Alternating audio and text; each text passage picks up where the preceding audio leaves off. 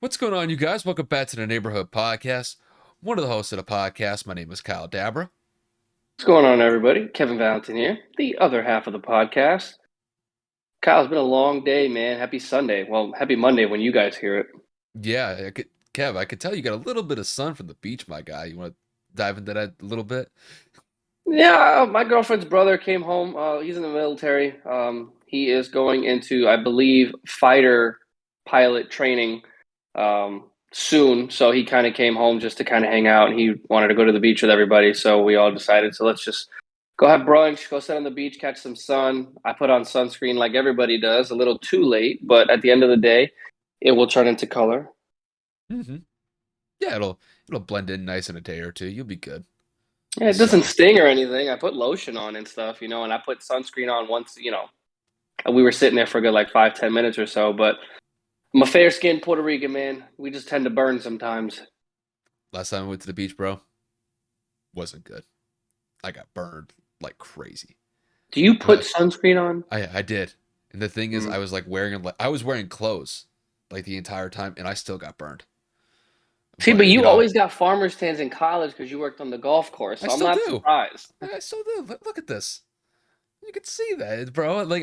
Everything else is still tan. I know you really can't tell because of the screen, but no, like everything from like basically like halfway up my arm up is like basically like pale white. But I Guys, don't. guys, it was so funny. Kyle would literally be so dark in the face and dark in his arms, but like the second Kyle had to take his shirt off or anything, it was like, ah! Yeah, I know. That's why I never really like took my shirt off, just because it's one thing. First of all, I mean, I could show off the guns every now and then, but it's like, bro, Oh like God. it's gonna be such a color, like the color is gonna be so different. It's like, bro, it's like an eyesore. So I'm doing people a solid by not showing them that. They should be appreciative that I'm not going out of my way, or that I'm going out of my way to really kind of make sure that they don't see that. Listen, keeping your shirt on doesn't just save people. It's just better for you. Just there's nobody want to see that in general. I mean, I could say the same for you, but But it I'm not muscular. I don't give a shit. I have tattoos. At least people could say, "Oh, that's cool." yeah, it's your one little claim to fame, I guess. Two little claims, okay? Don't disrespect the artwork, okay? Fair enough, fair enough. But we got some topics to dive into, my guy. We got Super Bowl week coming up. We got this Pro Bowl to basically rip apart. And then we got some good NBA topics to go over. So you ready to dive into it? Yes, sir. All right, so instead of just going through the list of topics that we're going to go over, we're going to go one by one today. So we're going to do something a little bit different. So you guys will get a little bit of a surprise which each topic will come up. And the first one is, going to be pretty self explanatory with the Pro Bowl. Let's just face it. The Pro Bowl has become a complete joke. And I could pretty much say that Kevin nor I did not watch it today. I mean, we did watch like little highlights from it on Twitter, and it got to the point where they are no longer tackling in the Pro Bowl. They are now doing two-hand touch. And I know as somebody that watched the Pro Bowl as a young kid growing up, seeing some of your favorite players play in the Pro Bowl and actually play in a competitive format was something worth watching. And up until this point, it has gone 180 degrees in the other direction to the point where they literally just start throwing flag football for the Pro Bowl at this point and just kind of leave it at that. So, Kevin, to kick this one to you, what was your overall take from the Pro Bowl this past weekend? I mean, overall, like the side games sometimes are fun, like dodgeball, the foot race, all the little things like the incredible catch thing. Like I like the side games. Don't get me wrong; those are always fun and fan favorites to see different positional players doing different things. I don't ever mind all star festivities; those are always interesting.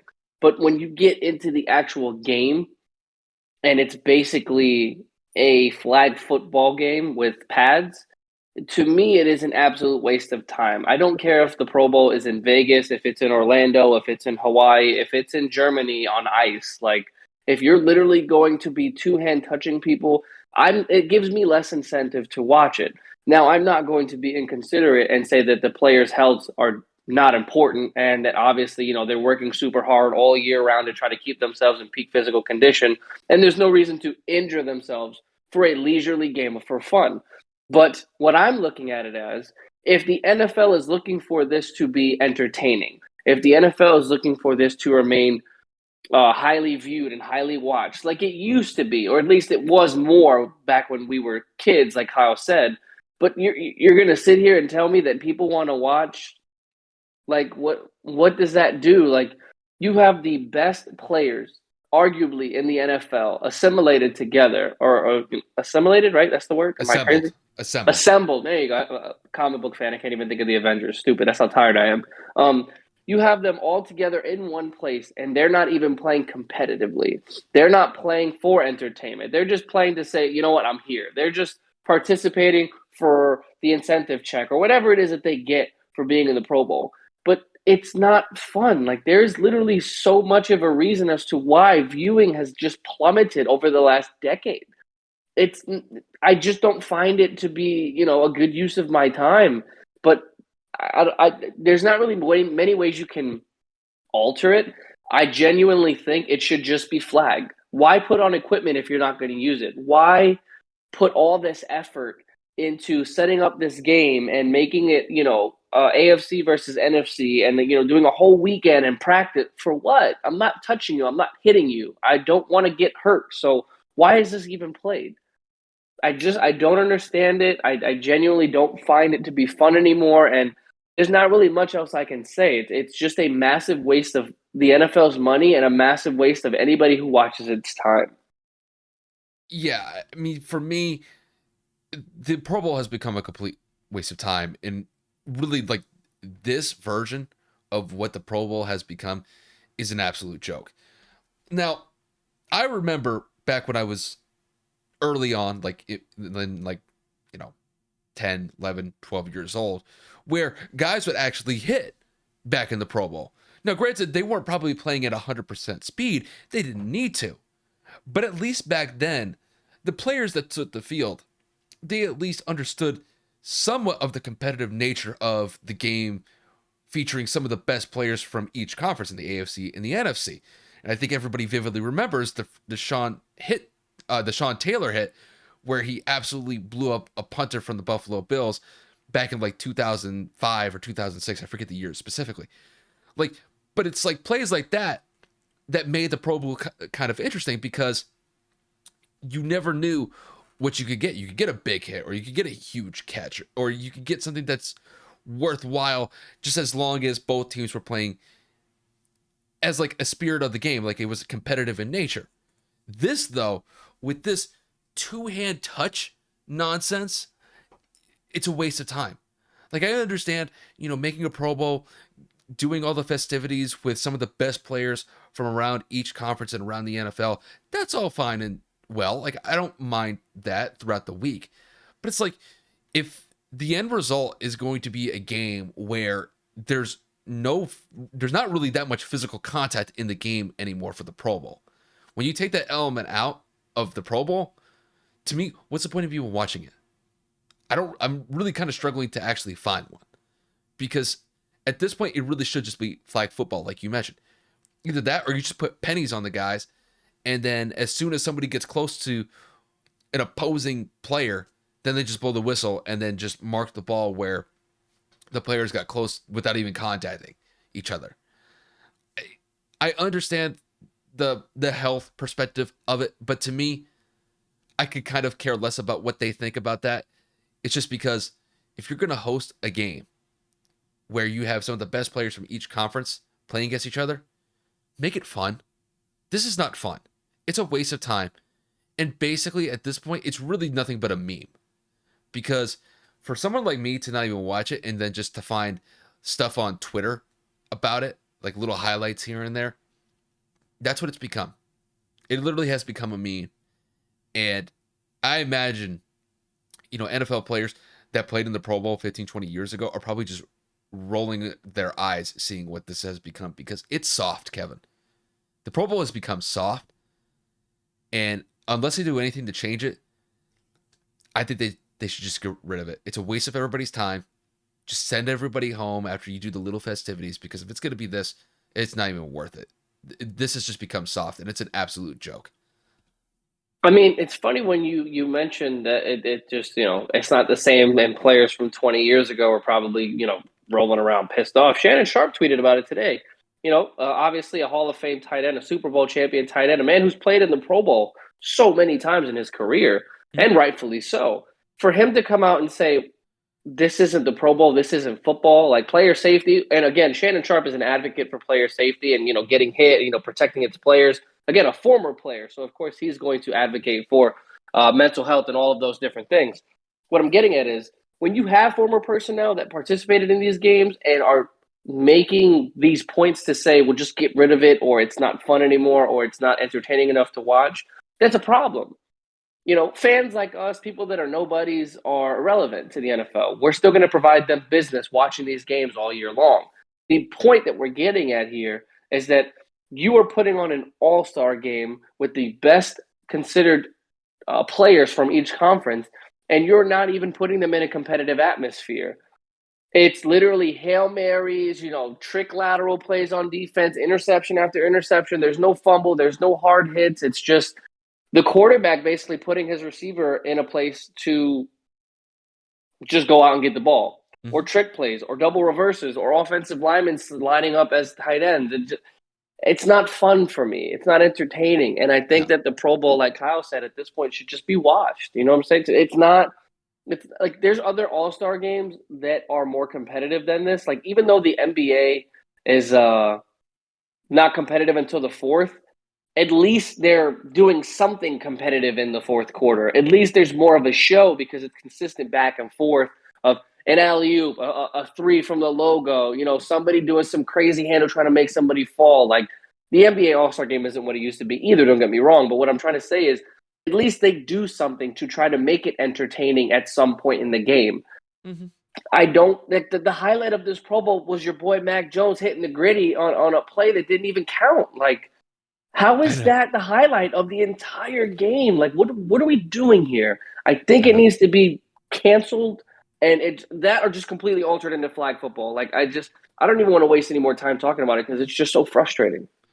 Yeah, it's like, if you're going to get a Pro Bowl selection, I mean, there should be a level of pride associated with that. And I imagine like these guys enjoy themselves while they're out in wherever it's being hosted for the week that it's going to be hosted for. But it's like, if you're going to play the game and you're going up against top flight players that also got Pro Bowl selections, you think there'd be a little bit more competition associated with that, but that's not really what it's become anymore. Because, I mean, Kevin, I think you can kind of speak to this. This is kind of something that I think we've both kind of seen just over time. A lot of these players now, a lot of these guys are friends. A lot of these guys are buddy buddy with each other. And, despite, going out in the field during a regular season and competing at a high level, a lot of these guys know each other very well. Not just on the field, but off the field as well. And I think when you tie that in together, what you lose with it is that competitive nature of, actually competing at a high level. Just because, at that point, it's just more like you're going out there and just going through the motions. It's not really worth anything. It's not worth actually going out there and, competing at a high level. This has just really become, I don't want to say like a 7-on-7, even though it kind of looks like that right now. But it just looks like a walkthrough, but it just kind of at a higher speed. And, to me, like, I'm not saying that like these players have to hate each other to the point like where they want to beat the living shit out of each other on the field, like during a Pro Bowl game. But there has to be a middle ground where you're not going competitive like it's the freaking Super Bowl, and not to the point like where you're just literally just going through the motions. Like there has to be a middle ground here somewhere. But with the way that it's been going the last couple of years, it's more like just going through the motions and just trying to get to the end of the game so everybody can go home. That's it. And it's kind of sad. It really is kind of sad because people are actually spending money to go watch the Pro Bowl, which I find absolutely ridiculous. Like, you actually spent money to just watch those guys go through the motions. That's a poor financial investment as far as I'm concerned. For 3 hours of just guys literally just kind of half-assing it out there, that's not a good look. Like if you're actually going to spend money on that, like if you're going to spend money, at least go to the Super Bowl, because at least then you're going to see something that's actually competitive, where guys are literally going to go toe to toe until the end of the game. This Pro Bowl, you're getting the opposite of that. And honestly, you're probably just there to drink and just have somewhat of a good time. That's it. But and to be quite honest with you, I think honestly, this may be a little bit fucked up from my end. The biggest hit came after the Pro Bowl. And I know we'll kind of get into that in a second, but we have to make a mention of it. Alvin Kamara, running back for the New Orleans Saints, was arrested on a battery charge after the Pro Bowl. Now, there's not a lot to go off of here. All we know is the initial report that there was an altercation that took place in a bar outside of the Pro Bowl, and Alvin Kamara was involved. And I guess one thing led to another, and now Alvin Kamara is, I think, in the Las Vegas jail. Detention center or Yeah, something like detention center, that. something Yeah, like that. he's officially been charged with battery. Yeah, I mean, Kevin, just give me your initial thoughts about the whole Alvin Kamara situation. I mean, it's like you said. There's not really much to go off of. All we know is that he was arrested and charged. There's no breakdown. There's no investigation in terms of details as of yet. I mean, for all we know, the guy cracked Alvin Kamara, and because Alvin Kamara is a professional football player, he was immediately charged and detained. It could be the worst possible thing. Alvin Kamara got drunk and just cracked somebody. Like we don't know enough. So for me to make a preempted segment or like give you guys an opinion would be wrong because it's not fair to Alvin to give thoughts on something we don't have information on. So all we know right now is that an Pro Bowl running back for the New Orleans Saints has been arrested and charged as of right now with assault. Excuse me, with battery, and got a lot to just sort through and figure out what's going on. Yeah, I mean, I imagine this story is going to be developing as the week goes on. We'll get more information as we hear it. So I imagine uh, the Saints are probably going to make a statement. More than likely, Alvin's going to get out on bond. And I imagine he might say something after the fact. But, we'll just kind of see how this thing goes. We'll keep an eye on it. We'll monitor it. But it's kind of crazy. Like, it happened right after the game. Just because I was sitting at home and I was making dinner, and then I get like these little notifications from Twitter every now and then, and the one that pops up is Alvin Kamara was arrested for battery in Las Vegas. And it was kind of funny because when I saw the notification on my phone, I thought it was kind of one of those troll tweets where somebody's just trolling about the Pro Bowl, like, oh, Alvin Kamara had like the hardest hit in the Pro Bowl today. But when I actually hit the notification, I actually started reading. I'm like, oh no, he actually is in jail. Like that was the part that actually kind of caught me off guard, because my first thing was like, oh, this is like a troll tweet, and then I was like, oh well, that's not necessarily the case. He actually did it. But we'll see what happens. I don't really know much at this point, but all we know is that he's probably I don't know if he's gonna spend the night in jail. I don't know if he's gonna get on bump before then, but we'll see how it goes. But to keep it within the realm of the NFL, though, we do have a Super Bowl to cover this week. We have Super Bowl 56 coming up next weekend that is going to feature the Los Angeles Rams and the Cincinnati Bengals. Now, last week we did a segment about reasons why we think that the Los Angeles Rams can win a Lombardi Trophy next week for Super Bowl 56. Well, now we're going to flip it, and we're going to talk about the Cincinnati Bengals. The Bengals have been a team that you could consider as a dark horse team that has rode the wave extremely well up until this point, and kind of shocking the world to get all the way to Los Angeles to play in Super Bowl 56 against the Rams, led by guys like Joe Burrow, Jamar Chase, T. Higgins, and many others to go along with them in their ride to Super Bowl 56. Now, Kevin, to pose the question to you, we talked about the Rams last week. Let's talk about the Bengals. Give me your reasons to why the Cincinnati Bengals can win Super Bowl 56 next weekend. Well, similar to what I said with the Rams, the one of the variables in which the Bengals, excuse me, are going to have to be successful is going to be the offensive line. The offensive line has been struggly, inconsistent. Like I'm trying to think of like nice words to put. It's been trash. Um, they played a lot better against the Chiefs. Joe Burrow was able to adjust and escape the pocket and kind of extend the play with his legs in a couple of instances, but you are not going to be able to get away from the life-threatening conditions that are Von Miller and Aaron Donald that consistently. We all saw what happened in a Super Bowl last year where the quarterback did not have enough time, and Patrick Mahomes and the pass rush of the Buccaneers was able to make his life not just a living hell, but just a nightmare. So I think for the success of the Bengals, the offensive line is going to have to play the greatest game of their entire lives and completely change the narrative to what it is that they've played the entire postseason, which has been inconsistent at best because in that second half of the Chiefs game, Joe Burrow had a lot of time. Joe Burrow was able to make good throws, and Joe Burrow was able to make great plays with time to make those decisions in the pocket. So the offensive line has got to play exponentially. Second, it's unfortunate, but it's all relying upon Joe Burrow. Now, the offensive coordinator for the Cincinnati Bengals needs to understand that even if the offensive line plays the greatest game of their lives, they are still going to have to account for Aaron Donald and Von Miller to get in that backfield at some point or another.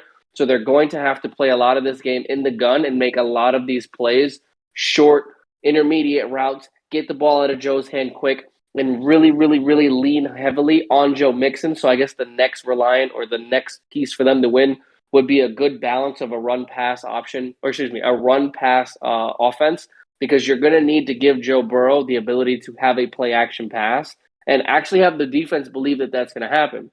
If you just have Joe drop back and throw it 40, 45 times, and then Joe Mixon only have 11 touches, it's not going to provide you guys with a successful, chance to win the Super Bowl. So I'm really sitting here and I'm looking. The offensive line has got to keep Joe clean. Joe Burrow and that offensive coordinator as a unit are going to have to put Joe and that offense in successful situations to move the ball down the field. And Joe Mixon's probably going to have one of the best games of his career, if not the best games of his season. And he's obviously the third or second leading rusher in the NFL this year. I believe he's right behind Jonathan Taylor, and then, of course, it's Nick Chubb. But overall, lean on Joe Mixon, give that play action, have Joe sitting in the shotgun and able to hit his other receivers in T. Higgins, in Tyler Boyd, and make sure that they keep Jalen Ramsey honest. You cannot shy away from the best corner in the game just because he's there. You have to be able to test him. You have to be able to keep him honest in terms of if Jamar runs a double move and he's with him, that doesn't mean you go away from it. That doesn't mean you just throw screens or just ignore him. Jamar Chase is a playmaking wide receiver, and he needs to be given the ball in order to give Cincinnati a chance. So overall, offensive line, Joe Burrow's got to make some clean throws with some short intermediate routes, and Joe Mixon's got to have himself one hell of a game. Well, there's a few factors at play here for how the Bengals can win Super Bowl 56. I'm pretty much going to limit it to three, and I'm going to start off with the first one. So the first one, I'm actually going to start on the defense. The defense for Cincinnati has played really well throughout this entire playoff stretch, from their first game against the Raiders all the way up to the Chiefs in the AFC Championship game last week. And the one thing that really kind of stood out to me about that game against the Chiefs was that pass rush.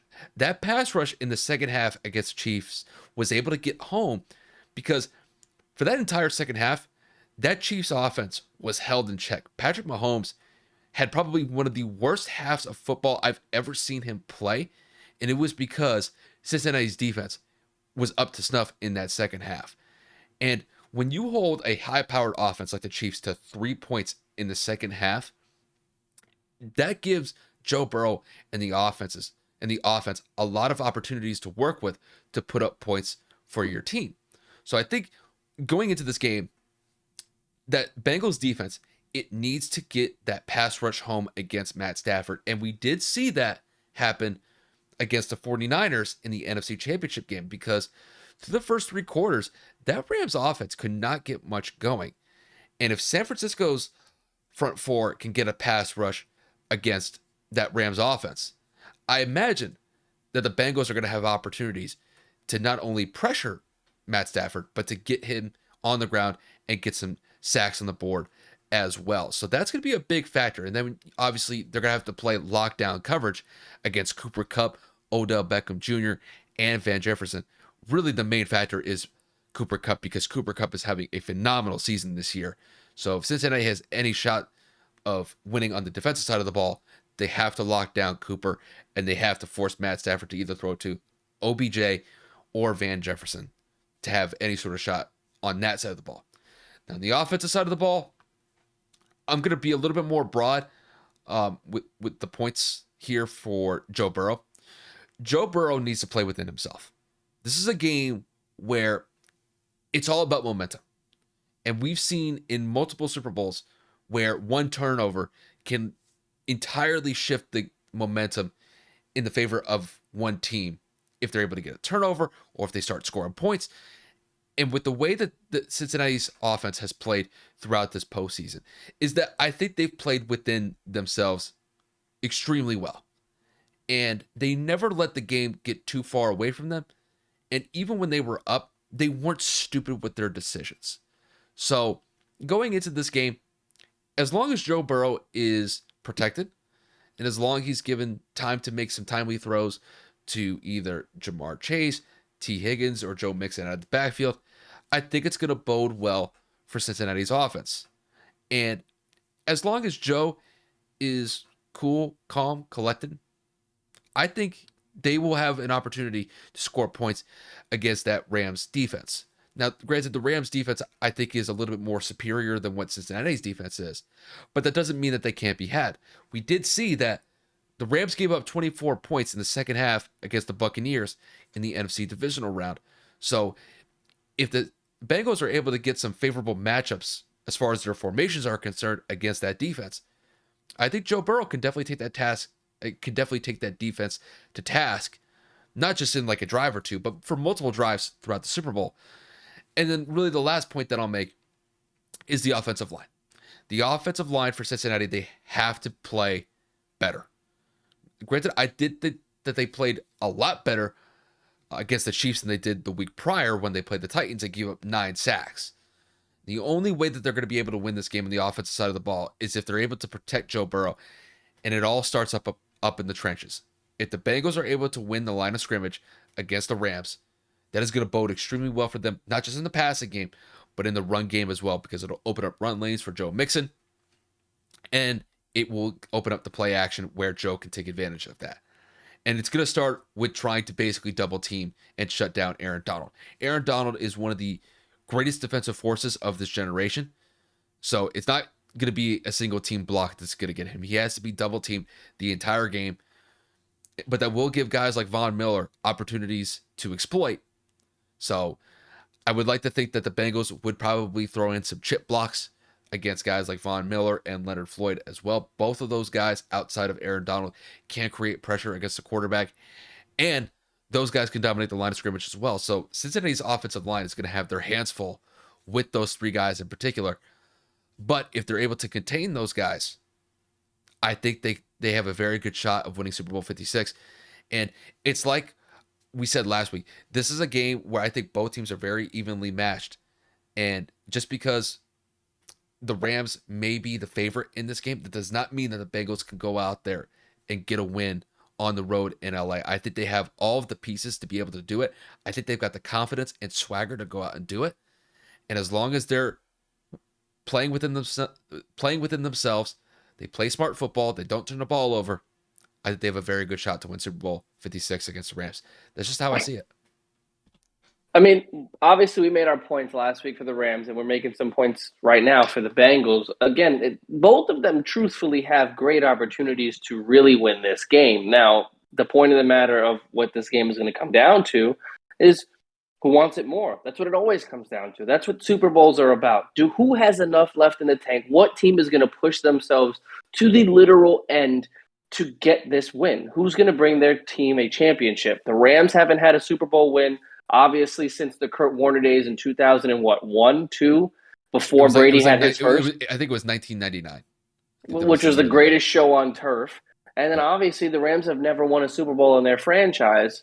So it's literally such a different tale. Matthew Stafford has never won a Super Bowl in 13 years. Joe Burrow's in year 2 has had great success in his career in high school, in college. Now can he match that success in the NFL? The Mhm, narratives are truly and honestly endless. mhm. We're just hoping for a great game because Kyle and I have talked about this several times on this show. Um, there have been plenty of games in sports that have should have been legendary, should have been iconic, and ended up falling flat. So, regardless of the predictions, regardless of what we're saying could happen or should happen, we just at the end of the day want to have a really good football game, man. Yeah, I think that's what most football fans want. Even if their own teams are not playing in the Super Bowl. Listen, if you're a football fan and you get a competitive game for the Super Bowl, I don't think you can be mad about that. As long as it's entertaining, as long as it goes back and forth, man, that's what it's all about. And like to me, it's like we said last week. This game is a little bit different because it doesn't feature somebody like Tom Brady or Patrick Mahomes. Really like the two staple quarterbacks that have been in Super Bowls the last couple of years. This is a matchup where you see someone like Matt Stafford, who has gone through what you can essentially say is like the gauntlet that is Detroit as far as the Lions go for most of his career. He gets a prime opportunity with the Rams. He takes the most of it, or he makes the most of it, excuse me, and ends up in a Super Bowl the first year with the Rams. And then you got somebody like Joe Burrow. Joe Burrow has been consistent all the way from his time at LSU, now transitioning as a NFL football player with the Bengals. He's making the most of his opportunities. And to be in a Super Bowl in his second year starting, it's a hell of a feat. Not a lot of guys can do that. And with the team that Cincinnati has assembled, you tie in all the confidence and the swagger that they present. I mean, it's going to be a dynamite matchup for Super Bowl 56. And granted, we wanted to talk about both teams ahead of time before we actually make our official prediction, which will come later this week. But I mean, all in all, it's really setting up to be a phenomenal game between both the Rams and the Bengals. And I know I can speak for myself and probably for Kevin as well. This is going to be a dynamite game, and I really can't wait for this matchup. It's going to be a fun game. It's going to be different because it's not Patrick Mahomes, it's not Tom Brady, but I think that's nice. It adds a different element to Super Bowl, unlike the last couple of ones that we've seen. So that's just me, Yeah. though. Hey, I agree completely. I just want a good football game, man. I'm not mad that the Colts didn't make it. Of course, I'd like to see them win a Super Bowl. It's been 15 years, of course. But I'm a football fan first. My team's out. We didn't even make the playoffs. So for those of you that are salty, or for those of you that are Chiefs fans that are like, oh, well, fuck Cincinnati, it's like, grow up. You lost to the hopeful eventual Super Bowl champions. It's not like it was never going to happen. It's not like the Chiefs could never lose ever. I mean, you lost in the Super Bowl in an embarrassing fashion last year, so it's like It happens. get It get over happens. it. Exactly. Losing happens. People are spoiled with their fan bases like New England. I can't speak for you, but I'm saying they're so used to success after success after success that when you guys lose or fall short, it's like, well, what the fuck? We got to get rid of somebody, or this isn't right, or we got to blow this up. Like, no, it's okay. Everybody goes through their droughts and their ups and their downs. It happens. Nobody Well, wins forever. That's the point. So a change in two teams, a different matchup in the Super Bowl or the NBA Finals, whatever it turns out to be, as long as it's competitive, I don't care. though the Colts did you a favor by not going to the Super Bowl this year because I'm just saying hypothetically, let's say the Colts made it to the Super Bowl. You gonna trust Frank Reich in No, that play calling in the Super no, Bowl in the biggest no, game of the year? no. I would. I don't know if He's I, guys. I'm not even. I'm not even going cap. I don't know if I'd be able to watch it. I'm so serious. I get mad in regular season football games that we're talking like week 2, to the point where I'm like, I'm ready to blow the organization to shit. I'm ready to like walk into fucking Jim Irsay's office on Monday morning and be like, Jimmy, what are we doing, bro? What are we doing? Because this isn't gonna cut it. If my team was in the Super Bowl, I would have such anxiety. I would have to be in this office with the door locked, like with like soundproofing and like a straight jacket, because and a muzzle, because I'd go nuts. I'll never forget.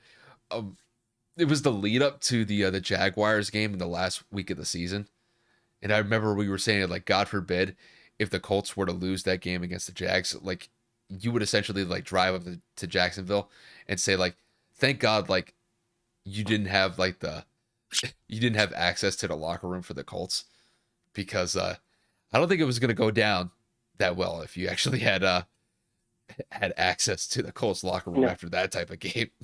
It That's would when not that's have when you gone up. wish you had that's when you wish you had superpowers and like you could like instant transmission yourself like in the locker room so you could just look at grown men and like three times your size and height and weight and just start yelling at them and then like you could just bloop bloop bloop bloop like just like completely disappear as they get upset. I don't know. That's what that's what it comes into my mind, man. Like on some Nightcrawler type powers, like just guys, you suck, and like poof away and like be on someone's shoulder. I don't know. I'm rambling, but yeah, no, I definitely could not. I could not do this if the Colts were in But, the Super Bowl. but before we transition into our NBA topics, if you had one question to ask Frank Reich after that Jags loss at the end of the season, what would you have said? Just one Honestly, question though. I would just say, what was your game plan going into this? Like, what did you envision against this team? Like, what did you see that the rest of us did not see? Is there a reason why we performed like garbage? And honestly, it starts with the defense because they went into that game and just got mowed down the first 3 or 4 drives that Jacksonville had. So you can't really blame the head coach for the defensive struggles because everybody was healthy. They just weren't prepared. So, I mean, I guess technically you can say that's the head coach's responsibility for not having his team ready to go. And, when you look at the episode on Hard Knocks, you just kind of look at it like, people are in pain, but some people don't give a shit. And that just goes to show who's invested, who's not, who's upset, who's not. But this isn't about the Colts, man. It's about Super Bowl 56 and the teams that actually are relevant and good. Now, I know. whether or not our teams are in it and your team being in the playoffs, at least you competed, you had a shot. We took that shot away from ourselves, and that's it. I don't even want to talk about football about the Colts in general with my dad, who is also a Colts fan. So it's just frustrating. Well, I mean, what? It's February 7th. Seventh So, now. yeah, so we got like 5.5 months until training camp starts. S I would say probably what 7 months until the season starts. So, I mean, you got 7 months of reprieve from Colts talk, unless something happens during the offseason when it comes to either like drafting somebody or picking up somebody in free agency. But Yeah, we'll get uh, into our off-season discussion in a few weeks. at least you get like a little 7 month break before they start ramping it up once again. Yeah, I So don't know how much of a break I'm going to get with the Mavericks giving me anxiety because that's all I have to go off of because baseball for sure shit isn't happening. yeah, dude, that whole lockout situation, and it's not improving anytime soon either. So No, guys, they had to get a mediator because it wasn't a productive conversation in these meetings. That's how bad it's getting. Like both sides are not agreeing at all, and they had to get a third party to come and split them up, basically. yeah, it's just it's unfortunate because I think all MLB fans want this sorted out sooner rather than later. I think both sides want this sorted out 100%. sooner rather than later, but it's not going well so far, and we don't really see it getting better anytime soon. But I mean, with that said, we will transition into our NBA topics. The first topic that we're going to go over is Caris LeVert is now a Cleveland Cavalier. Both the Cavs and the Pacers agreed to a trade where it would send Caris LeVert to Cleveland in exchange for Ricky Rubio, and I believe there was some draft capital involved as well. I think it was like a first or second round pick that Cleveland would send to Indiana in exchange for Caris. Now, Caris LeVert is somebody that has kind of been up and down the last couple of years. Had some injury issues when he was in Brooklyn before he was uh, traded over to the Pacers. But now he gets to go to the Cavaliers, and the Cavaliers have been probably one of the most shocking teams in the NBA this season. Currently, they are tied for third place in the Eastern Conference, right alongside the NBA champion Milwaukee Bucks, which is outright astonishing. I mean, to me, it's unbelievable that Cleveland finds themselves in this position. And adding someone like Caris LeVert definitely adds some intrigue to what the Cavs can offer for the rest of the regular season. So, without further ado, Kevin, to kick this one to you, does the addition of Caris LeVert make the Cleveland Cavaliers legitimate contenders in the Eastern Conference? I mean, I'm going to say yes just because LeVert adds an offensive um, forte that Cleveland was kind of lacking at the guard position outside of Darius Garland. Um, I just have to say, first of all, I didn't know the details of the trade. And to be honest with you, I'm kind of disappointed that this is even possible. Ricky Rubio tore his ACL, and the fact that he was traded while he's currently rehabbing is kind of fucked up to me. Um, that's where I kind of get upset at the sports world for allowing these things to happen. I'm not saying that Ricky Rubio shouldn't be paid or that he should be paid or whatever. I'm saying, how could you take someone off of a team that is injured? Like, if you're injured, you should be untouchable just due to the fact that it's not fair that you're trading a player that's basically not touching the court for not only the remainder of this season, but God knows if he's going to be okay for next season. So that was my little rant on that. I had no idea Ricky Rubio was in this. So that goes to show sports are business first. It matters not who the fuck you are. But back to what I was saying.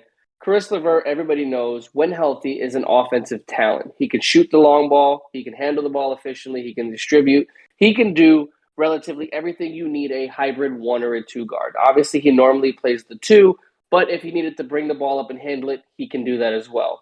What I'm getting at is Darius Garland now has a lot taken off of his shoulders at the guard position. So that backcourt now has a scoring and distributing point guard who can now properly facilitate without having to worry about shouldering the load offensively, that he can now divert towards, if I'm a little cold, if I'm not in a rhythm, let me pass it to my wingman. Let me pass it to my right hand, the Robin to Darius Garland's apparent Batman role this season.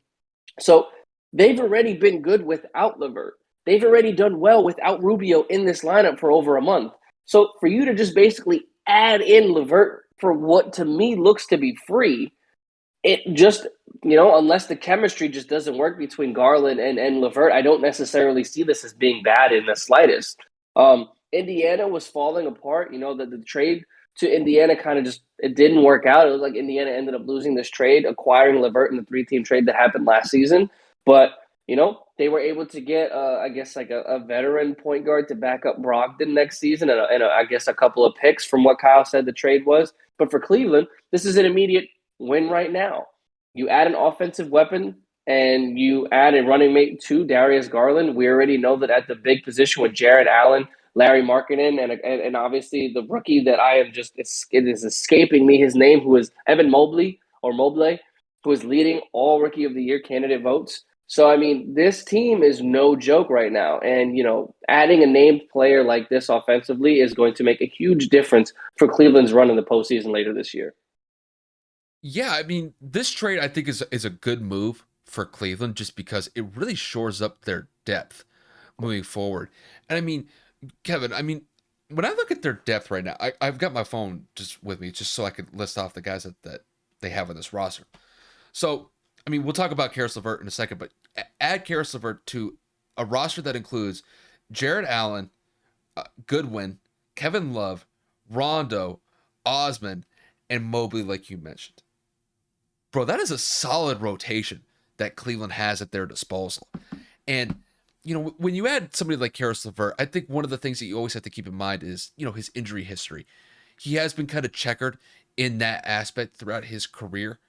But despite that, he's been putting up solid numbers for Indiana this season before he got traded. So, I mean, currently he's averaging almost 19 points a game. He's averaging around 4 rebounds a game and about 4.5 assists per game.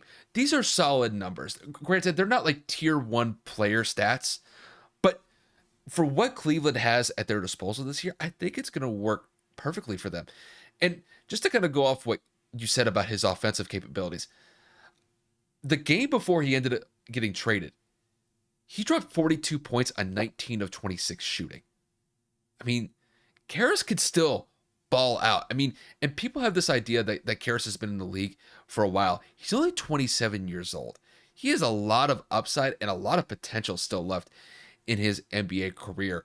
Now, the thing about Cleveland that is very interesting is nobody really expected them to be in this position. I sure as hell didn't.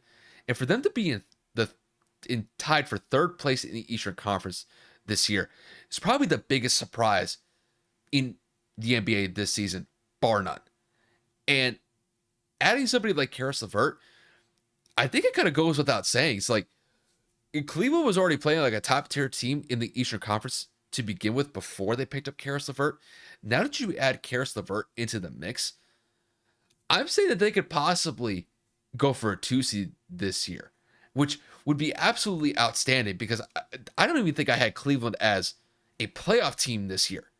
And for them to go all the way up to potentially a 2 seed if they play their cards right and they really start winning some big games down the stretch, I think it would be absolutely phenomenal. So Caris is a huge piece for this team moving forward. I hope he plays up to standard for them because this is going to be a legitimate playoff team with or without him.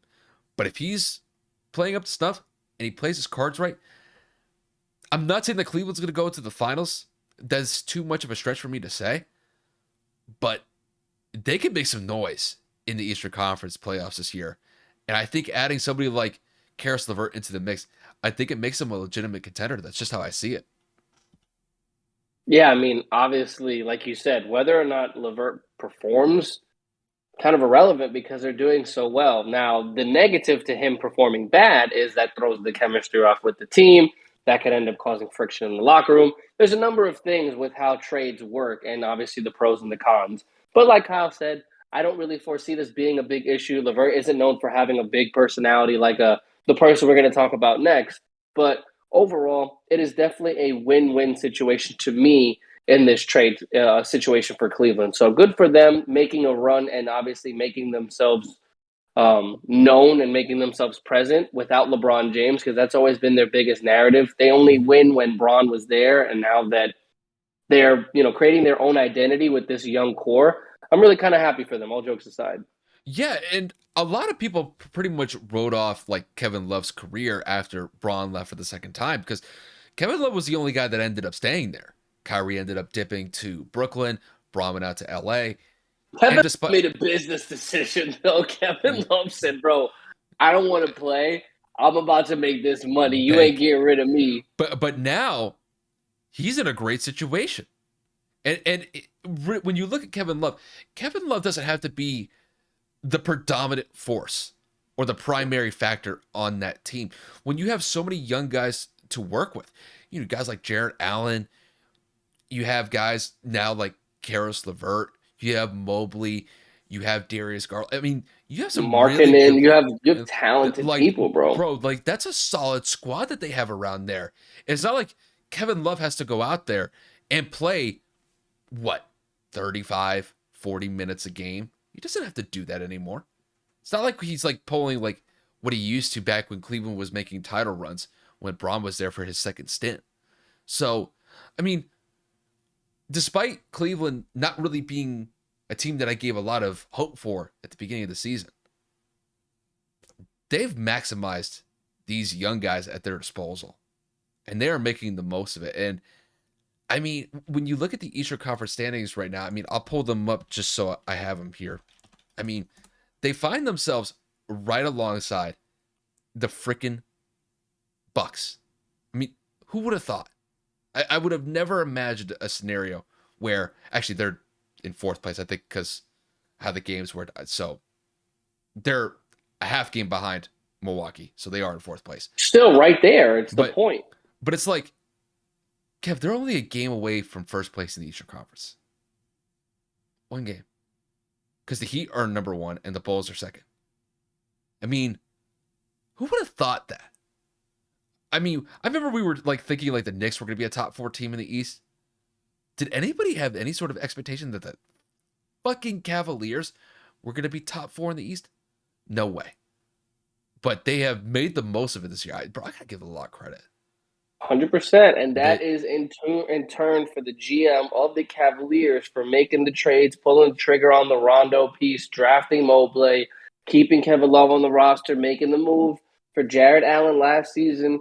Everybody was making fun of Cleveland when they were doing the things that they did in the offseason, especially going out and getting Larry Marketing, because no one understood what the hell that was about. But it ended up paying off. Darian Garland is blossoming right before our eyes as a great point guard and a good pick in this league. mm-hmm. So, at the end of the day, Cleveland is really laughing at us for doubting them. Well, yeah, and they have every right to. And I mean, hell, they have a good veteran presence in freaking Rondo. Rondo's on the Cavs. He's actually providing good minutes for them. So I'm not saying that Cleveland's going to ride this all the way to a finals appearance, but I, Never know. bro, You never know. they could possibly make an Eastern Conference Finals appearance.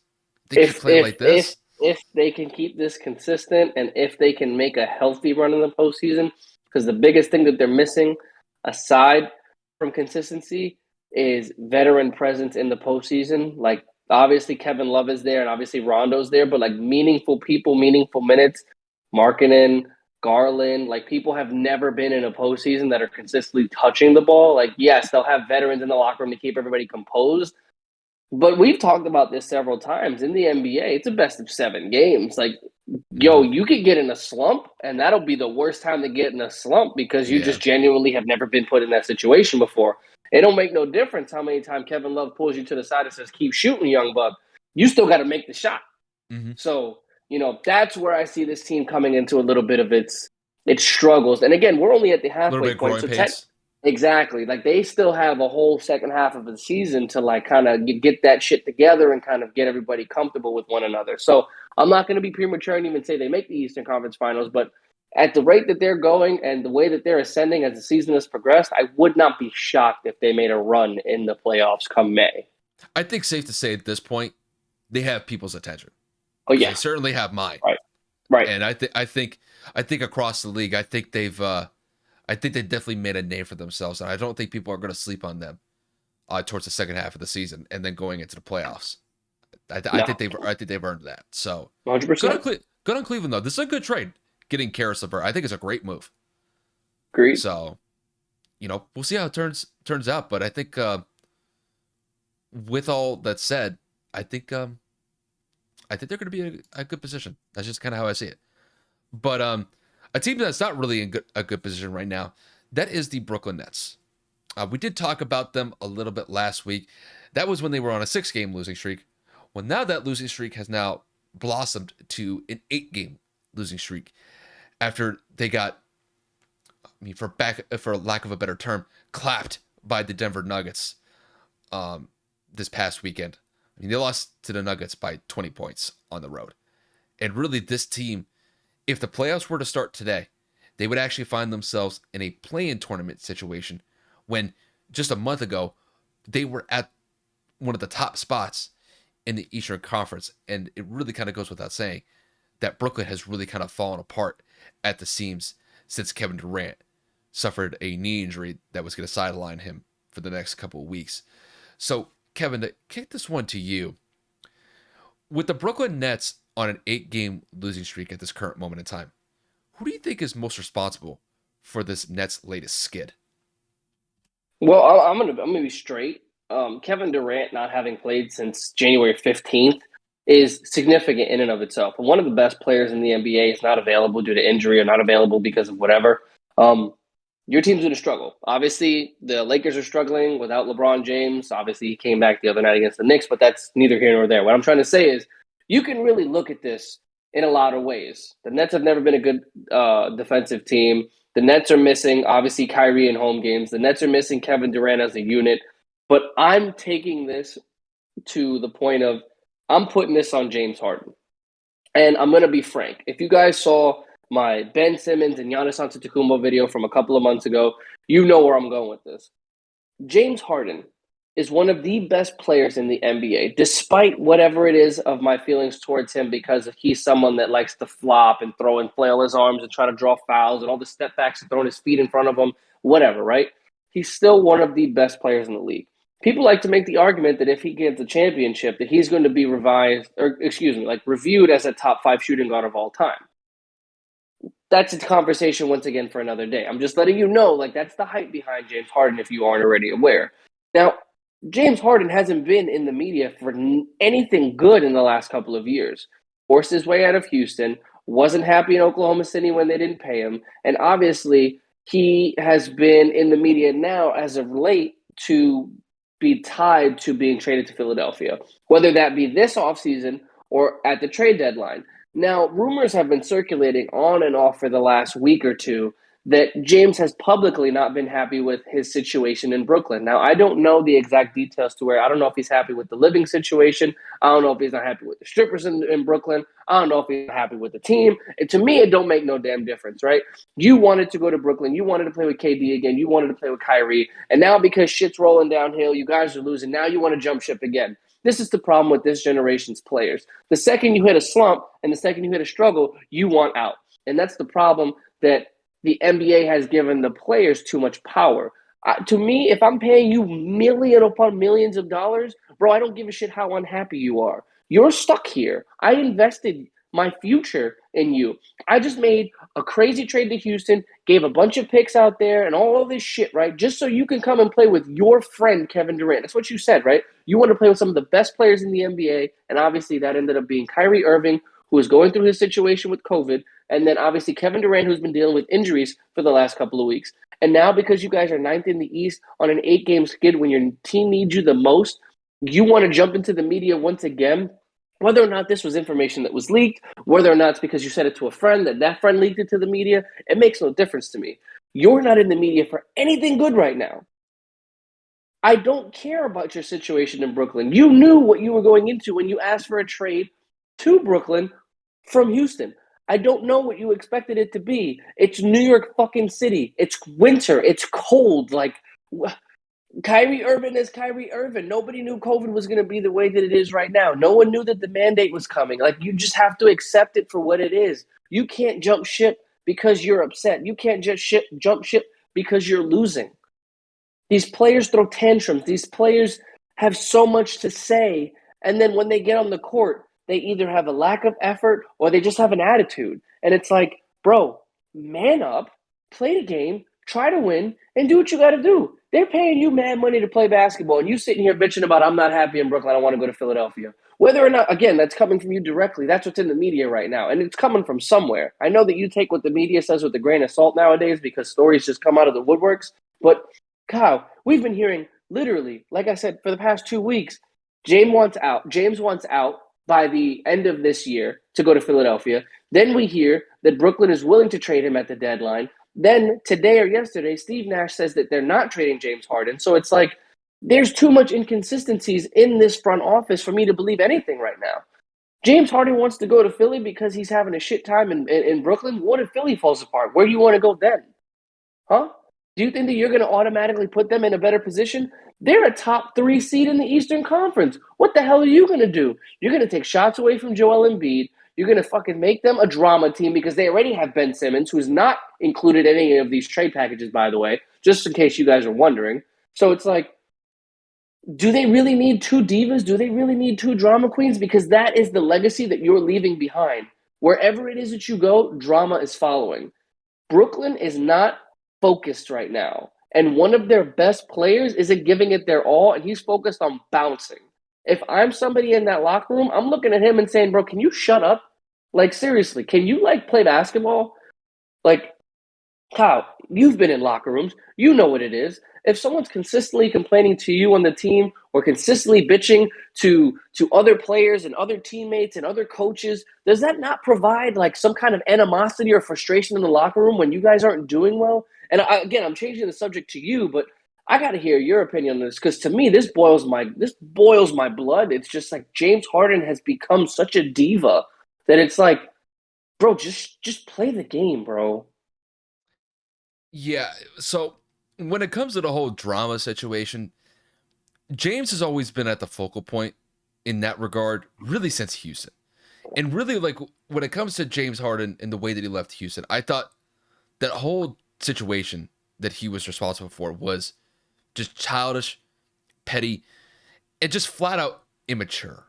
And I'll never really forget, like when James showed up to the warm-ups for like the first time when he was with Houston last year. I mean, Kevin, like we've all saw the jumpsuit videos where it looked like he was like 25, 30 pounds overweight. It's just based off of what he was wearing.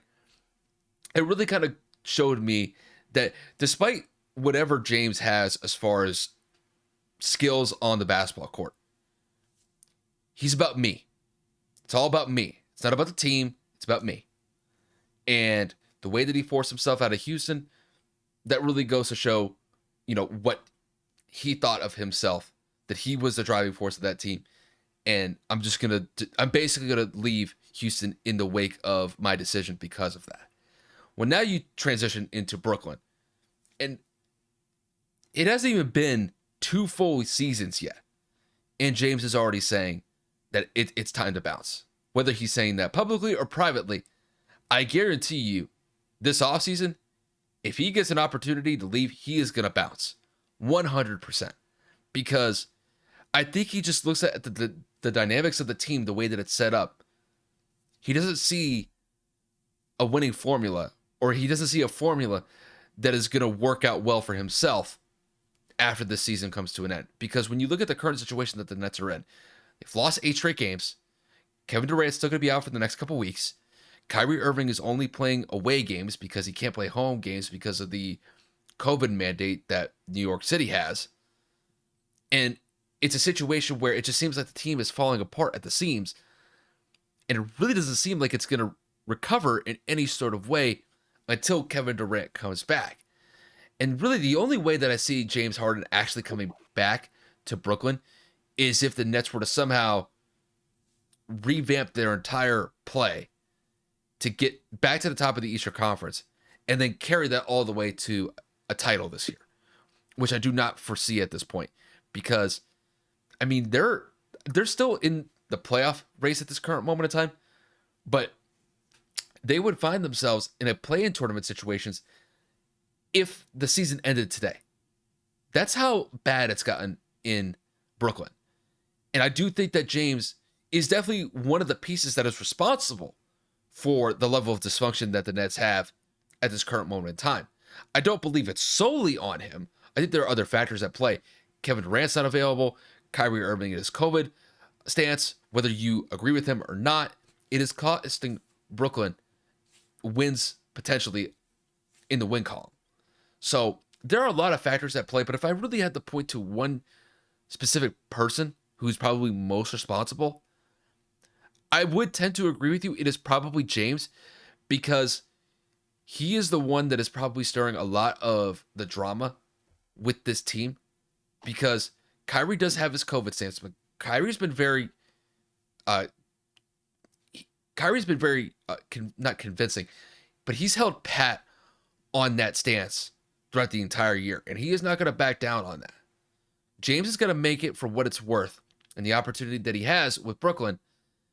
And as far as I'm concerned, if you're going to leave Brooklyn, at least leave Brooklyn on a good note.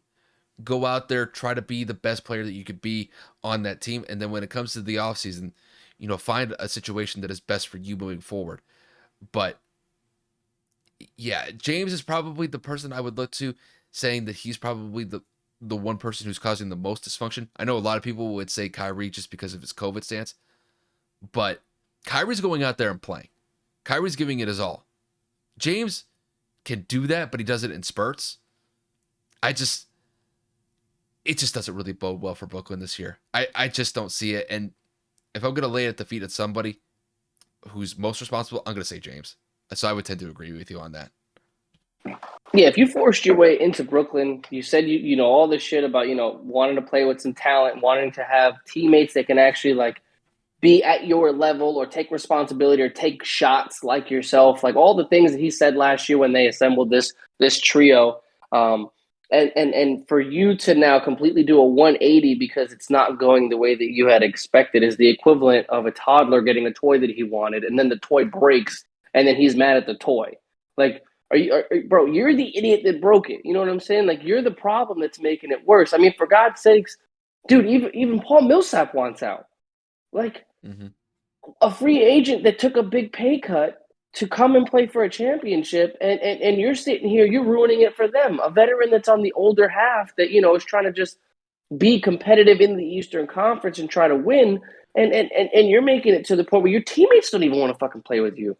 That's just too much for me. That just screams dickhead. like it's like you said, it's about me. And I get it. Everyone's out to get theirs. But when it comes to a point where you bash the previous team because they didn't help you, you're not looking much better, my guy. Like, Mm-mm. what else am I supposed to say here? Mm. It's just, you know, it's kind of crazy that, I understand Kevin Durant's a great player, top two, top three in the league. And you take that presence away from the team, and the team utterly just falls apart. They're just not the same team anymore. I mean, really, when you kind of look at it, I do think that KD is the glue of that team. You remove that element, the team's going to fall apart. You've seen the last 8 games or so, and God only knows that it could probably get worse. That team could potentially lose like 10, 11 straight with the way that roster is assembled, because that's how they built the roster. They built that roster so top heavy with, I would say average role players. Probably the best role player that they have at their disposal is Patty Mills. And maybe, Who's been really good for them this year? yeah, he's been consistent with them. Joe Harris has been dealing with injury issues, which doesn't help. And overall, it's just the Nets are just in a very precarious situation until KD gets back. But I do think when KD gets back, I do think that the drama will subside a little bit, because I think the drama is getting intensified because they're losing. But I think if they start winning, the drama may subside a little bit, or the chirping about the drama will subside a little bit. Probably. Because Like anything else, yeah. because winning does solve some things. Granted, there's some underlying issues at play, but at least if you're winning, it acts as a buffer to all the drama. So they got to find some ways to win some games. I think if they do that, they could turn the tide, or at least try to get back to, a decent level of play. Because, bro, the last week and a half or so, really the last 2 weeks, no. It's been bad. It's been bad. But, with that said, we're going to transition into our last segment for the episode, and that is going to be on Russell Westbrook. So I think it is clearly obvious to anybody who is paying some attention to what the Lakers have been doing this season. Russell Westbrook has been a point of contention for the Lakers throughout this entire season. And it has gotten to the point where his performances have been subpar, to say the least. The Lakers just beat the New York Knicks this past weekend. And in that game specifically, Russell Westbrook played 29 minutes and scored 5 points. And it's getting to the point where the fans in the crypto.com arena, compared to when it used to be Staples, that's a name that I'm never going to get used to. That's Staples is just Staples. I'm just going to call it that. Where fans are basically actively booing Russell Westbrook if he's thinking about shooting the ball. It has gotten to the point where it doesn't seem like Russell doesn't have the confidence to even shoot anymore, because I think it's all in his head. And the team has suffered because of that, just because Russell was brought in to be a focal piece of that team. And it's safe to say that Westbrook has struggled mightily in stretches for the Lakers throughout this season. And the record does indicate that. They are sitting at 26-28, a sub 500 record, and they are kind of clawing for a play-in tournament situation at this current moment in time. So, Kevin, to kick this one to you, with the way that Russell Westbrook has been playing this season, is there any sort of way that you could see him salvaging this season with the Lakers moving forward? To be blunt, no. Kyle, we got the receipts. We said this would happen. Not to this extent, but we said that Russell and Braun, it was not going to work. We said that two ball-dominant players were not going to be able to coexist, especially with Brody's personality. We said that Russell Westbrook is a person that needs to have the ball in his hands at all times. And in situations where he does, ill-advised shots, turnovers, or hot-headedness and not getting back on defense, or just playing bad defense as a whole. Russell Westbrook has been a perennial all-star his whole career. We all know he's Mr. Triple-Double. We all know he's somebody that has incredible court vision, goes out there and gets contested rebounds, has been athletic to just attack the rim and just completely explode and have some flashy highlight dunks. But when it gets down to it, genuinely, Russell Westbrook is a player that is incapable of playing off the basketball. And the reason I say that is because Russell Westbrook cannot shoot. Russell Westbrook is not someone that could sit in the corner when Bron runs the offense.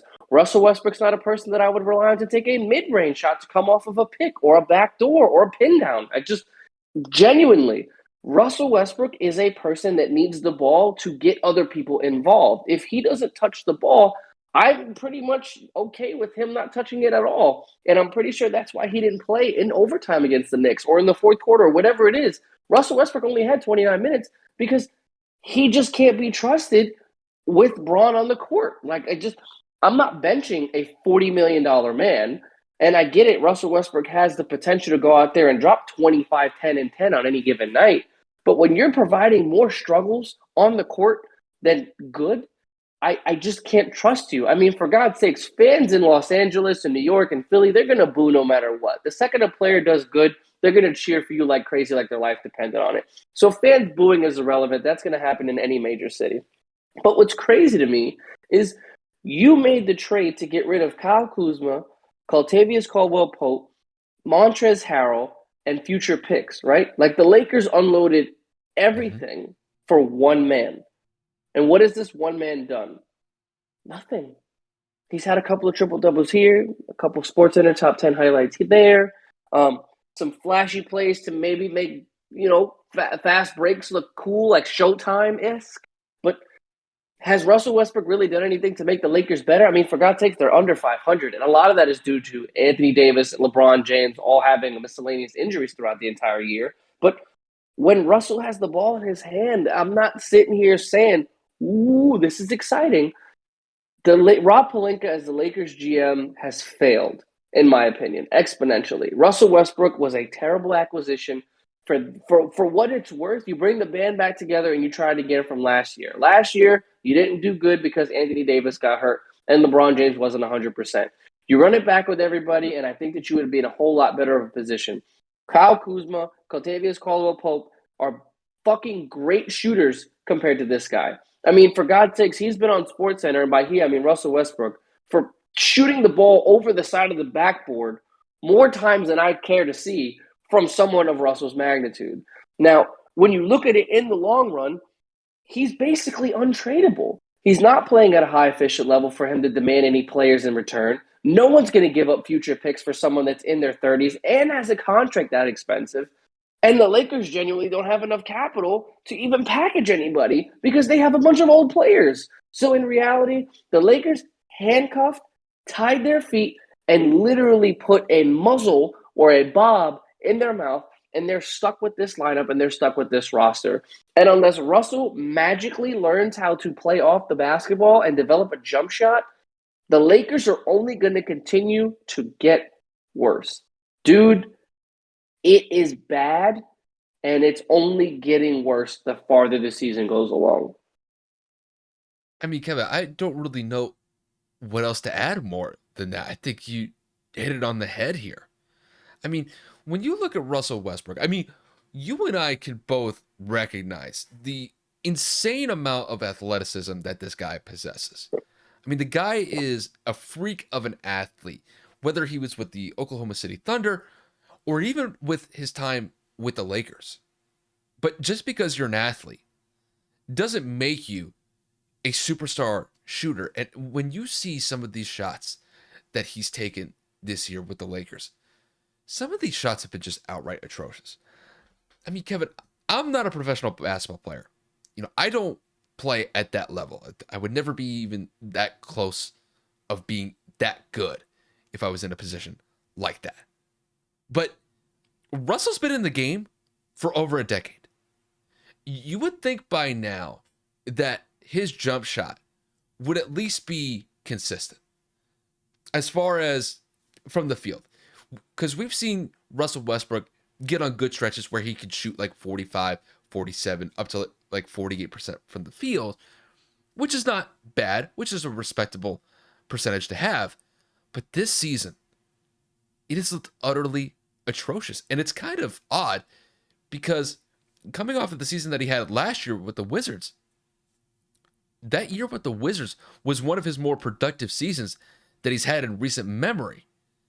And then it's followed up by this abysmal season. I mean, to kind of kick into that Knicks game, Kevin, he was 1 of 10, 5 points in that game. It got to the point where he was benched in overtime because Frank Vogel just doesn't think that he's a reliable option when it comes to crunch time situations. And when somebody's getting paid in excess of over $40 million and they're getting benched because they're not a reliable piece to go with, that says everything that you need to know right there. And they're in an impossible situation to trade him, like you mentioned, because who in the hell is going to take that cap hit on their payroll moving forward? It's not worth it. And the Lakers were idiots to pick that up in the first place, because at least when they had like Kyle Kuzma, Montrezl Harrell, and KCP on the roster, at least those guys could shoot a little bit better and were a little bit more consistent than Russell.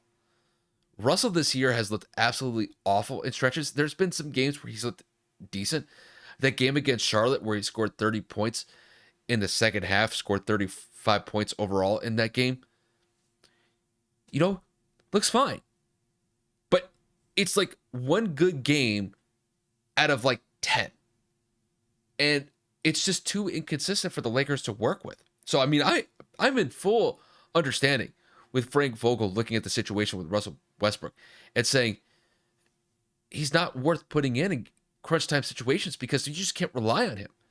And Russell, through just, I don't really know how to say this, but it's just Russell doesn't know what pace to play at, because Russell, there's only one pace that he plays at, and that's just play downhill.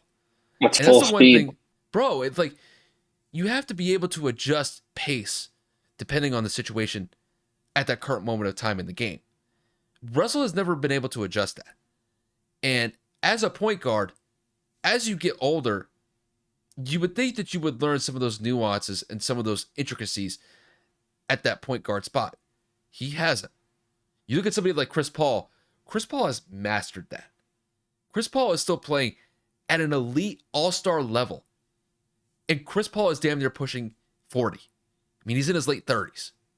Russell is in his mid-30s and still doesn't understand certain things that point guards are supposed to do as far as pace is concerned and having perfect vision to make the plays that need to be made. It's just the situation that the Lakers are in is not good. And having Russell playing the way that he's been playing at, it doesn't add any sort of solution to the team that they have. This team is very old to begin with. It got older when they traded Kyle Kuzma, Montrezl Harrell, and KCP for somebody who has been a up and down point guard like Russell Westbrook the last couple of years. Overall, the situation for LA is not good. I don't think it's going to bode well for them moving into the future because this roster is so old. And really, when it comes down to it, this team is going to have a huge and hard reset once either Braun leaves, Westbrook leaves, and all these older guys off the roster leave, because they don't have a lot to work with. I mean, outside of Malik Monk and Taylor Horton-Tucker and Austin Reeves, this team is old, bro. Like, it would be a God squad if it was in 2012, but this is 2022. These guys are at the end of their respective careers. And Russell is just somebody that you just can't rely on anymore. It's unfortunate because I think Russell is, I don't have anything personally against him. I think he's a good dude. But at this point, he's a shell of himself. And he's doing more to hurt the team than to help it. And for the Lakers, though, they have their hands tied behind their back on this one. But they got to reap what they sow. They traded for him. They knew what they were getting, and this is the result. So, at the end of the day, they got to suck it up. It is what it is. And I know a lot of Russell Westbrook fans personally too. A lot of good friends of mine just love his energy, his athleticism, the highlights, his personality, him off the court. Russell Westbrook. There's nothing I have wrong personally with him. Exactly. This is performance. Listen, I have his stats up, right? I just, like, during your whole point while listening, I was taking a deep dive. By no means is Russell Westbrook a shell of himself. Kyle, I disagree with you completely because I do. In 4 of the last 6 seasons, he's averaged a triple double. In one of those seasons, he won an MVP. Those numbers statistically have not changed aside from points per game because he's getting less looks because he's not the primary ball carrier. He is actually at the lowest points per game since his second year, which was in 2009. And a lot of those was Russell learning how to come into the league. He was 20, 21 years old. He was playing alongside Kevin Durant and James Harden. Like, that was a lot of mouths to feed back in the day. And in this particular case, that's what's happening this year. When on the court, you have AD, you have LeBron James. Like, he is not a first, second, and sometimes, depending on how he's shooting, not even a third option on the court. And we've talked about that multiple times. He's still averaging 7 assists and 7 rebounds. He's actually averaging less turnovers this year than he was last year. His field goal percentage is the exact same it's been for the majority of his career at 43%. He's shooting a little bit worse from three, of course, as a unit. He's shooting literally dead even at 30%. But again, it's like we've talked about. He just cannot accept a lesser role, and he can't turn the dial down from the speed of the pace that he's playing at. LA is not a run and gun team. LA does not have the personnel to run the break like he's used to with the personnel that he's had alongside him in his career. When you also contribute into that, the injuries the Lakers have had, it's a big problem of the front office. I'm looking at Rob Pelinka specifically, and I'm saying, yo, dude, look what you did. Like, you took away every ounce of youth of this team. You took the biggest gamble in the world for one of the worst contracts in NBA history and said, you know what? I'm going to roll the dice and I'm going to take the highs on this super, super low trade. Not that Russell Westbrook's not an all-star, not that Russell Westbrook doesn't have the potential to be an incredible player, but for the team that you've put around and assembled in Los Angeles at this particular point in his career and the rest of theirs, this was a formula for disaster. But again, Russell Westbrook is still putting up consistent numbers that he has for the majority of his career percentage-wise. But I'm not going to sit here and say performance-wise that he hasn't taken a step down, but a shell of himself, I definitely wouldn't use those terms. I would. Because, like, to me, the reason why I use that term is it's not numbers-based. It's what I'm seeing. It's the shot part. Because this is not an issue of effort. This is not an issue of effort. This is an issue of execution.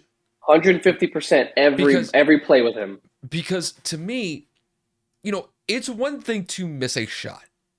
It's another thing entirely to hit the top of the backboard and not even be close.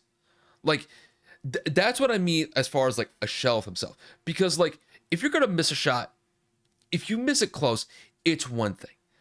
But there have been multiple times where Russell is off, not just by like a couple inches, but like feet. And when it comes to shooting, granted, I know that hasn't really been one of Russell's strengths. Really Russell's strengths is probably just driving downhill and making the most of it at the rim. Now, he does like that little pop jump shot that he likes to do, like where he takes like one or two dribbles and then tries to pop it. And even this year, those shots have not been falling consistently. It's just, to me, with the way that I've seen some of those shots miss horribly, that's where it's definitely taken a step back because his accuracy is so off on some of those shots where he's becoming a freaking meme on Twitter. Not just like once every like couple months, like once a week, where it's like, oh, somebody like Barstool will go on Twitter and say, oh, Russell's cooking. And then it's a shot where literally the ball hits the top of the backboard. So when I'm talking about a shell of himself, I'm not talking about effort. I'm not talking about really his overall, like, just going out there on the court and trying to perform. I'm not saying that. But his shooting, to me, despite what the numbers say, I think it's become a shell of himself. That's how I see it. Because it's like I said, it's one thing if you miss. Like, everybody's going to miss shots. Yeah. But the way that he's missing shots, that is the most concerning element to me. Because that tells me that it's in his head. And if he's not able to find a solution to that sooner rather than later, Russell's going to keep bouncing around the league. Russell's already bounced around a couple teams the last Four couple straight years. years on 4 new teams. So that tells me that it's going to continue because he's going to be gone after this year. There's no way that the Lakers are going to keep him after this year. It's over. Who's going to take that? I know they're trying to move him, but they're idiots for taking him on. I mean, this is almost like a Jim Buss type move, bringing him on, knowing what he was going to bring. Just because he just can't shoot consistently anymore. I know he hasn't been like that consistent of a shooter, like a mid-range jump shooter to begin with, but I mean, trading some younger pieces like Harrell, Kuzma, and KCP,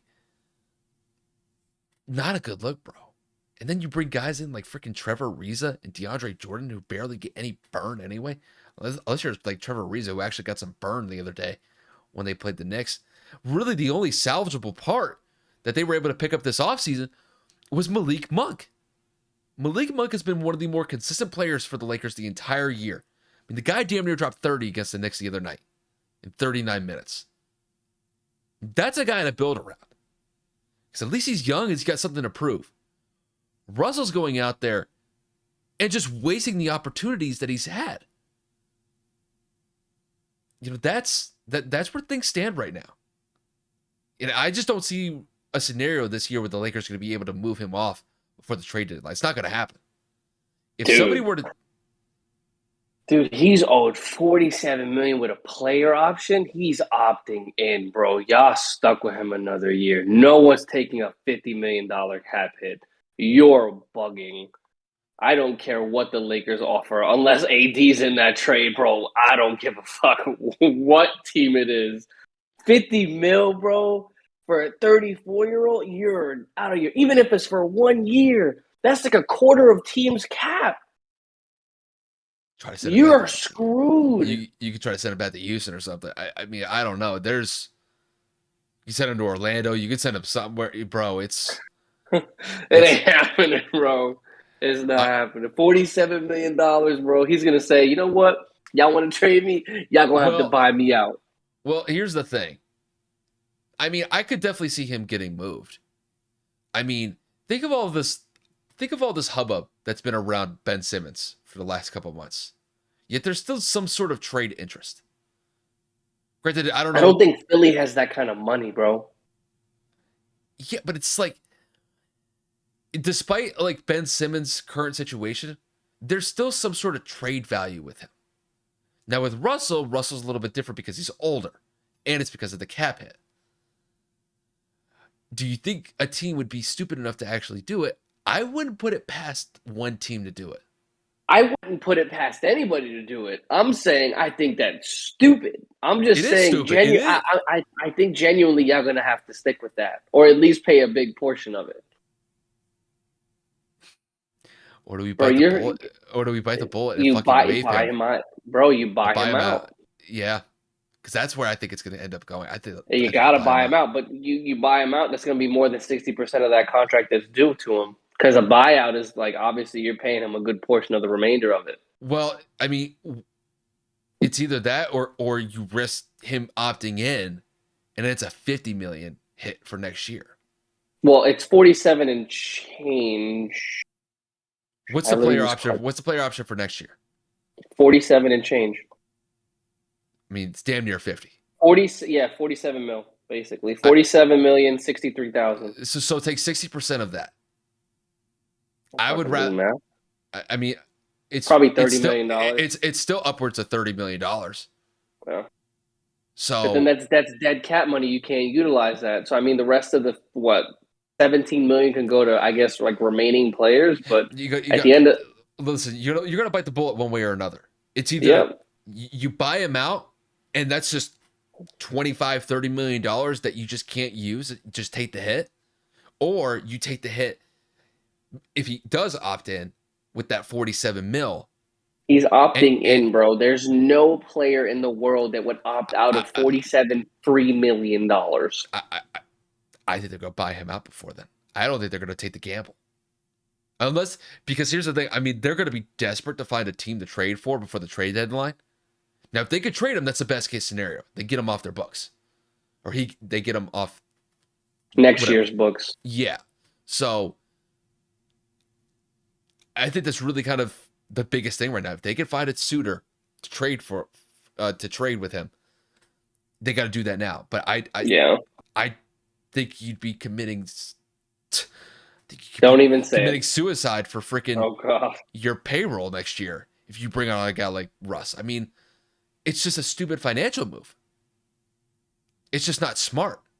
I mean, Kevin, we're not GMs.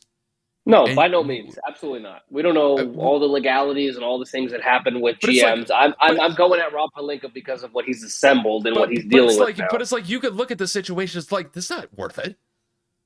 We're trading for a guy in his mid-30s, has a cap hit of damn near $50 million, who's hitting the side of the backboard with jump shots? We were making a big fuss of the whole cap hit that Chris Paul had when he went to the Suns. But he's producing. He's balling out. Russell is doing like maybe a quarter of that, if that. He's producing like maybe like once a week. Hey, on some of the performance. The amount of spin we can put on this. Maybe you can send him to Dallas. No, get the fuck out of here. The amount of spin we can put on this is endless. My final point to all you Westbrook fans, you really can't have an excuse anymore because it's really gotten to the point where, well, he can't play with this person, or he's the alpha, he can't play on this team, or this coach didn't like him, or the GM didn't like him. In Russell's career, he has played with more All-Stars than Dirk has his entire career. Like, Dirk got a championship. And I know that I'm making a Dallas comparison, but I'm just saying, like, let that sink in. You played with Kevin Durant, James Harden, Serge Ibaka, Paul George, Carmelo Anthony, James Harden, LeBron James, Anthony Davis. There is, like, absolutely Bradley Beal, Victor Oladipo. Like, what excuses can you provide this man? Honestly, like, if you really think about it, he has never been a person that can shoot. Totally understandable. Fine. Not a lot of people can, and that's totally fine. He's averaged a triple-double for the last basically 4 or 5 seasons. Congratulations. Has he done anything outside of the first round in the postseason in the last 5 years? No. Has he single-handedly willed a team to get to the postseason? Yes. OKC multiple times. Washington last year with Bradley Beal. Him and James Harden were doing absolutely incredible. Won an MVP. He's a great singular player. Now, James Harden is selfish on and off the court. Russell Westbrook just can't do. He's not a player that's going to go win. He's got to be teamed up with somebody. And for people to make the argument, Russell hasn't had a fair shot, or Russell's always had a hard go about things. You can't get like, I'm not giving you guys that excuse anymore, because you could look at it and say, well, Washington's team around them, other than Bradley Beal, was kind of cheeks. And you know what? Kevin Durant did take a lot of shots back in the day when they were in Oklahoma City. Well, James Harden really did make it all about him. Like, how many more excuses are you going to rattle off before you say Russell Westbrook is a guy that's going to get you to the playoffs? Russell Westbrook's not a guy that's going to carry you to hoist up that trophy at the end of the season. And that's fine. He needs some assistance, and that's just going to be the legacy that he leaves behind. Triple-doubles, absolutely phenomenal. Stat padding stats, great. Highlight reel athleticism, cool beans. Russell Westbrook is an average player, and the fact that he is hyped up the way that he is, or has been, bro, you could do all the fucking things you want in an 82-game season. If you can't get out the first round, bro, you suck. Like, I'm sorry, bro. You suck. And I'm going to be bold. Y'all can come at me in the comments sideways. My man got himself a ring at 7 feet, slow as shit, and unathletic. So there ain't nothing you going to tell me about my guy as opposed to your superstar, and he ain't won a damn thing in his career. So that's right. I said it. Come at me in the comments. Y'all all finna lose. I mean, for you to say, like, at once he was like a superstar, and now for you to call him just average, I mean, that's why I said he was a shell of himself. Because at one point, Russell was superstar. legitimate baller. Top 10 And player in the league at one point. Yes. with the way that he's been playing, that's why I said what I said. Like, I'm not going to take it back either. No, It's and just, again, I'm talking about the Russell Westbrook fans. I'm not talking about the fact that he has been playing bad in general. We all know that. My point was for the sheer fact that this man and these fans will make excuses for everything that he does or everything that has happened to him in his career. mhm. He's been on 4 teams in 4 years. There's a problem here. There's a consistency here. Bro, he's on There's that a journeyman. reason. He's on that journeyman route. Carmelo Hey, went. I don't care. But see, Carmelo was shafted. That's a whole different story. I know. I will not even allow that comparison. That's not what I'm saying. I'm just saying about the path. I can understand the circumstances around Carmelo. I'm just saying, it's just once you get on that journeyman path, it's hard to get off of it, bro, and actually stay with the team for a long term deal or something like that. It is what it is in that. But It don't even matter, bro. The Lakers are struggling to find themselves. Russell bro, we're under Westbrook's playing 500, like bro. dog shit. The trade deadline is like a week away. LeBron's old. Yeah, well, I mean, AD's like, fragile. yeah, there's a lot of shit going on right now. So, I mean, there's a Uh, lot of buzz going around the league with Ben Simmons and James Harden and Russell Westbrook. Some big names looking to be moved in a couple of days. So, we're going to keep you guys updated. The Super Bowl is thankfully a week away. Thankfully, but at the same time, not thankfully. I'm conflicted on how to feel about that because I know once it's over, it's over. But there's a lot of shit happening. Obviously, the NBA All Star Game is coming up as well. Not excited about those festivities as I used to be, but overall, there are some great names in that game. So hopefully, it's a little bit more competitive than it has been. I don't know. I have my fingers crossed every year, but I don't think Come that's on, going to Kev. happen either. Come on. I know. Hey, listen, I try to be positive here. At least they're actually playing their damn sport as opposed to football players fucking poking each other and saying you're it. Like, that shit is corny. I mean, hell, if you breathe on the guy wrong in the NBA, that's how it goes. You're not wrong, but they're a lot less to call fouls in the All Star game just because nobody's really trying to hit anybody. I just still want to see They're somebody playing at 75% speed until literally like the until the last two fourth. minutes of the game. Yeah. Oh no, I would say the last like 6 or 7, depending on the point spread. You know, if it's like within a 15-point game, you know, if you pull a couple of threes from the logo like Lillard and Steph did last year, who the hell knows what's going to happen? Yeah, we'll see. I don't have as much faith as you do, but we'll see. I didn't say faith. I just had my fingers crossed. You know, I'm trying to hope. I'm trying to be positive. The I feel that. NFL was let me down. Fuck, if the NBA does too. That was a disgrace. That was a Yeah, disgrace. I don't know what I'm gonna do if the NBA lets me down. I mean, for God's sakes, the MLB All Star Game cannot be the most competitive fucking All Star Game in all of sports, or the NHL for that matter, because this is ridiculous. The two most exciting leagues in sports are the two wackest All Star games in sports. That is embarrassing. I know. But Kev, I think we knocked everything out, my guy. That's about it. I think it's like 1:30 in the morning. We're tired as shit, but I was kind of going off on that, so I'm a little awake now. Yeah, I know. Don't worry. Give it like 5-10 minutes after we're done. 100%, And bro. oh yeah, The second I put my head in that bed, it's a wrap. yeah. It's over. But no, I think that's all we got. So, as per usual, we always appreciate you guys tuning in to the Neighborhood Podcast, whether it's you guys tuning in on the audio platforms like Spotify or Apple Podcasts, or watching our YouTube content, watching our segments, watching our full length episodes. We definitely appreciate you guys and the support that you've been giving. As far as a preview for the rest of the week, basically, Super Bowl is coming next weekend. So we will do our predictions on the Friday episode. So that'll definitely be fun. Got some NBA trade deadline news that'll probably be coming up towards the end of the week. So we'll definitely keep an eye on that. The Olympics are going on right now. Currently, right? I haven't really paid a lot of attention to it, but Nor have I. definitely stay up to date with that. I think they'll be going on for the next 2.5 weeks or so, so that'll be interesting.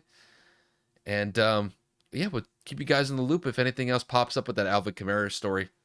I imagine we'll get some more details within the next couple of days or so. So we may talk about that a little bit later this week. But Kevin, that's all I got. So the floor is yours, my guy.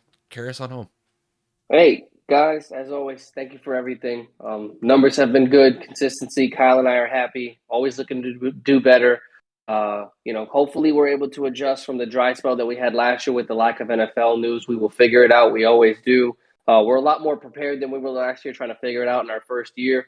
We're literally coming up on a year that we've been doing this. Could not be happier.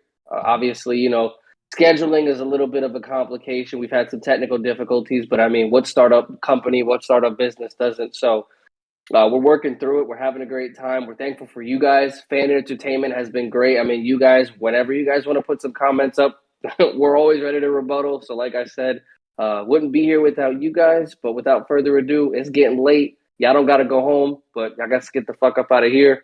Guys, y'all have a great rest of your week, and we'll see you soon. Yes, sir.